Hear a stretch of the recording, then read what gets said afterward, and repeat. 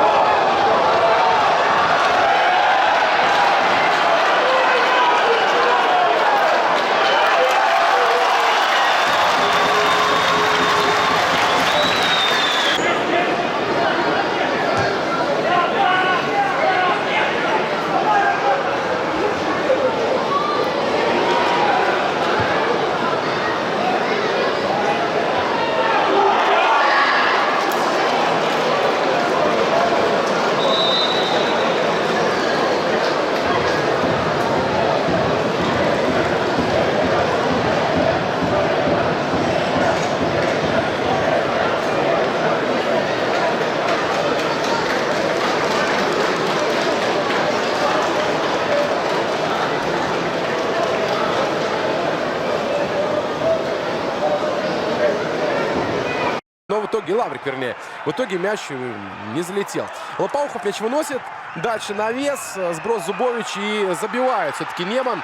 Шикарно Гюльджигит Талыкулов играет головой. И на 72-й минуте Громица счет сравнивает. Ну, давайте откровенно, заслужили парни.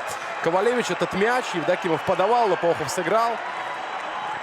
Дальше заброс в штрафную, сброс Зубовича. Пожалуйста, гол от Гюльджигита Талыкулова. Пальцы забрасывал, если не ошибаюсь, да. И, ну, тут что Лопоухов может сделать? Он выручил команду в предыдущем эпизоде. В общем...